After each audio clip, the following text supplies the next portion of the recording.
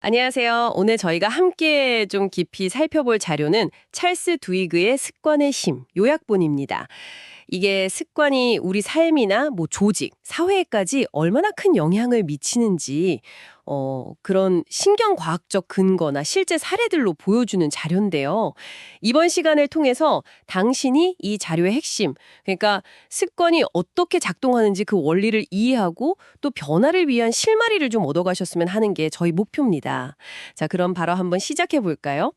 혹시 뭐랄까, 왜 또 이걸 하고 있지? 후회할 거 뻔히 알면서 이런 생각 혹시 해보신 적 있으세요? 이 자료를 보면요. 그 답이 바로 우리 뇌 속에 있는 습관 고리 때문이라고 하네요. 네, 맞아요. 아주 흥미로운 지점이죠. 그 자료에 따르면 습관은 크게 세 가지, 그러니까 신호, 그리고 반복 행동, 마지막으로 보상. 이 세 가지 고리로 작동한다고 설명해요. 우리 뇌가 기본적으로 에너지를 좀 아끼려고 하거든요. 효율성을 추구하는 거죠. 그래서 자주 하는 행동은 굳이 막 깊게 생각 안 하고 자동으로 처리하게끔 일종의 단축키처럼 만들어버리는 거예요. 그게 바로 습관 회로인 셈이죠. 근데 정말 중요한 건 이 자료에서 강조하는 게 습관이 한번 만들어지면 그냥 끝! 이게 아니라는 거예요. 우리가 의식적으로 노력하면 바꿀 수 있다. 가역성이 있다. 이렇게 말하거든요. 그러니까 운명처럼 딱 정해진 게 아니라는 거죠. 아, 뇌가 에너지를 아끼려고 자동으로 만든 거군요. 음, 그럼 그걸 우리가 의식적으로 바꿀 수 있다는 게 진짜 핵심이겠네요. 자료에서 습관의 황금률이라는 걸 이야기하던데 그게 바로 그 방법인 건가요? 어떤 원리죠, 그건?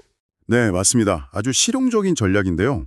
이게 뭐냐면 기존 습관의 신호하고 보상은 그대로 두는 거예요. 대신에 그 중간에 있는 반복 행동만 살짝 바꿔주는 거죠. 예를 들어서 저자 본인 이야기가 나오는데 오후 한 3시쯤 되면 자꾸 쿠키를 먹게 되더래요. 그래서 가만히 자기를 관찰해 보니까 진짜 원했던 보상이 그 쿠키의 단맛이나 이런 게 아니라 잠깐 일에서 벗어나서 동료들이란 잠깐 수다 떨고 그런 사회적인 교류나 휴식이었다는 걸 깨달은 거죠. 아, 쿠키 자체가 아니라요. 네네. 그래서 쿠키를 먹으러 가는 대신에 그냥 동료 자리로 가서 잠깐 이야기를 나누는 걸로 행동을 바꿨더니 그 습관을 성공적으로 바꿀 수 있었다고 하더라고요. 그러니까 신호, 오후 3시랑 보상, 교류와 휴식은 그대로 두고 행동, 쿠키 먹기, 동료와 대화하기만 바꾼 아주 좋은 예시죠. 와, 신호랑 보상은 그대로 두고 행동만 바꾼다. 이게 생각보다 되게 간단하면서도 효과가 있을 것 같은데요. 이게 근데 개인한테만 해당되는 게 아니라 조직, 회사 같은 데서도 적용이 된다고요? 네, 그렇습니다. 자료에서 아주 인상 깊게 다루는 사례가 그 알코아라는 회사예요. 이 회사에 폴 오닐이라는 새로운 CEO가 왔는데 다른 거 다 제쳐두고 딱 하나, 안전이라는 습관, 이걸 핵심 습관으로 정해서 집중적으로 개선하기 시작했어요. 안전이요? 그게 어떻게 조직 전체를 네, 처음에는 다들 의아해했죠. 근데 이게 어떻게 연결되냐면요. 안전 절차를 철저하게 지키려면 직원들끼리 소통하는 방식부터 달라져야 하고 문제가 생겼을 때 보고하는 체계, 심지어 생산 라인을 관리하는 방식까지 다 뜯어 고쳐야 했던 거예요. 근본적으로요. 결국 안전제일주의라는 이 핵심 습관 하나가 뭐랄까 도미노처럼 다른 긍정적인 변화들을 막 일으킨 거죠. 조직 문화, 효율성, 그리고 나중에는 재무 성과까지 엄청나게 좋아지는 연쇄 반응을 가져온 겁니다. 와, 그 안전이라는 어떻게 보면 되게 기본적인 거 하나에 집중했는데 조직 전체가 그렇게 바뀔 수 있다니 진짜 놀랍네요. 그럼 이게 지금 이야기를 듣고 계신 당신에게는 구체적으로 어떤 의미가 있을까요? 바로 그 작은 습관들이 쌓였을 때 나타나는 엄청난 힘, 그 누적 효과를 좀 주목해야 한다는 겁니다. 자료에서도 나오지만 매일 아주 조금씩 딱 1%씩만 달라져도 1년 뒤에는 처음보다 37배나 성장할 수 있다고 해요. 그러니까 너무 거창하게 시작할 필요가 없는 거죠. 1%가 37배요? 와, 네. 예를 들면 매일 딱 5분만 책을 읽는 습관. 이게 쌓이면 1년에 12권 넘게 읽게 되는 거고요. 아니면 아침에 일어나서 그냥 이불 개는 거 있잖아요. 정말 사소한 행동인데 이게 하루를 뭔가 좀 정돈된 느낌으로 시작하게 해주고 아, 내가 계획한 걸 했네? 하는 작은 성공 경험, 즉 자기 효능감을 높여줄 수 있다는 거죠. 이런 작은 성공들이 계속 쌓이면 그게 큰 변화를 만드는 어떤 동력이 되는 거거든요. 아, 정말 작은 시작이 중요하군요. 그런데 이런 습관의 힘이 개인이나 조직을 넘어서 사회 전체를 바꾸는 데도 영향을 줄 수 있다고요? 로사 파크스 이야기도 나온다고 하셨죠? 네, 맞아요. 이 자료는 습관의 원리가 사회 변화에도 적용될 수 있다고 봅니다.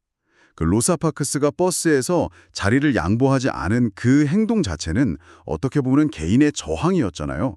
근데 이게 그 당시에 이미 존재하던 어떤 사회적인 관계망들, 예를 들어 교회 모임이나 시민단체 같은 그런 공동체의 기존 습관들, 정기적으로 모이고 조직하고 하는 그런 것들과 딱 결합하면서 흑인 인권운동이라는 아주 거대한 사회적 변화의 어떤 핵심 행동 혹은 불씨가 되었다고 분석을 해요. 아, 개인의 행동이 기존 공동체의 습관과 만나서 증폭된 거군요. 그렇죠. 처음엔 작은 물결이었는데 이게 공동체가 가진 어떤 연결의 습관, 조직화의 습관과 만나면서 큰 파도로 번져나간 거죠. 자, 그럼 오늘 저희가 살펴본 내용 슬슬 한번 정리해 볼까요?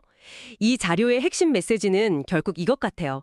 습관이라는 게 평소에는 무의식적으로 작동하지만 우리가 그 구조, 신호, 반복 행동, 보상, 이 고리를 잘 이해하면 의식적으로 이걸 설계하고 바꿀 수 있다는 것.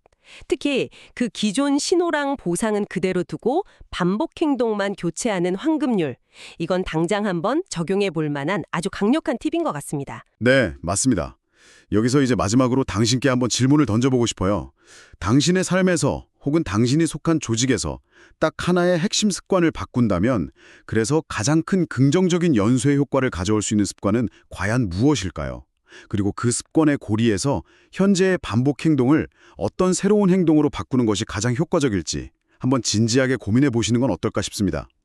아마 그렇게 고민하는 과정에서 변화를 위한 아주 구체적인 첫걸음을 발견하실 수도 있을 겁니다.